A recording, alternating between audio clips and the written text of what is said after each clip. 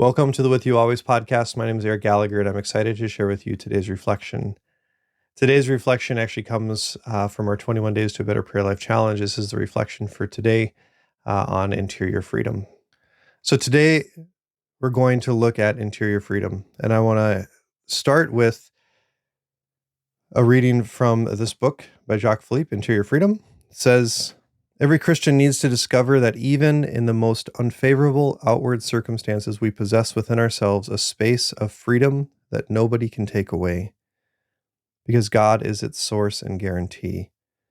Without this discovery, we will always be restricted in some way and will never taste true happiness.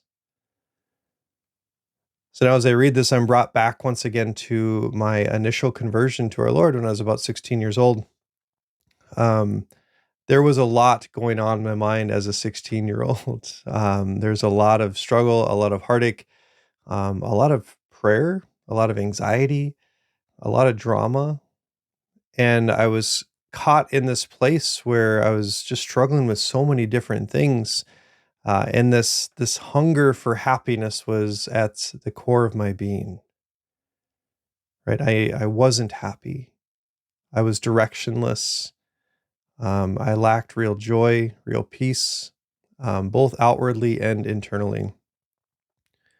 And when I began to open myself up to the love of God in my life,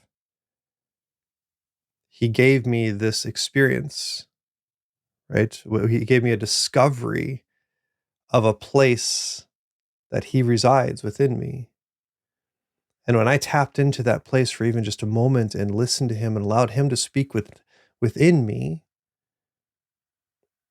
it gave me a certain freedom that I had never experienced before. So, and the reason I believe interior freedom is so important is because it is very much a consistent reality that we can strive for in our life. Because as a 16-year-old, it was a time in my life where I needed an interior freedom.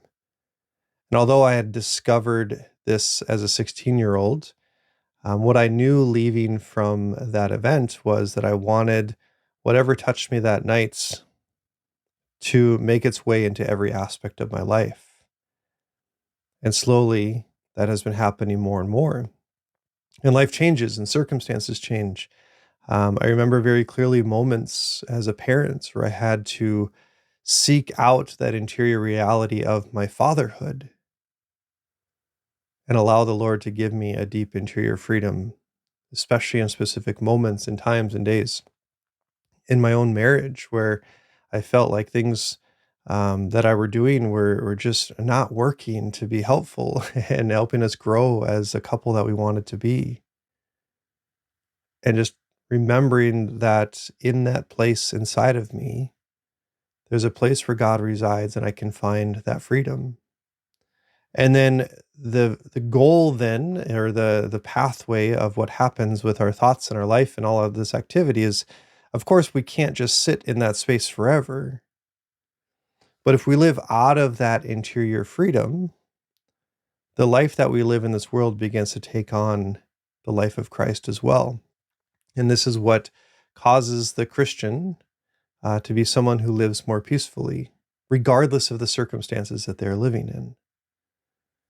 This is the thing that when you find yourself just slowly becoming very impatient, whether it's at traffic or with other people or as you wait for different things, this is the thing that if you remain tapped into, it begins to penetrate even those things. And you start to live in a way that you never thought was even possible.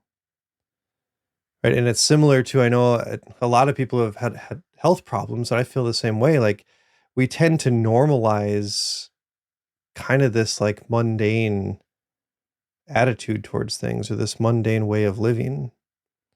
A lot of people feel tired all the time and they just kind of feel like, well, I thought that that's normal. And then when they discover this reality that there's something wrong with the way that I was living,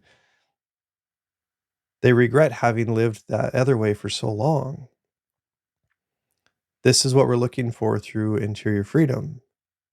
that we can find and discover this thing that will change our life forever. And if we don't discover that, as it says, we will always be restricted in some way and will never taste true happiness.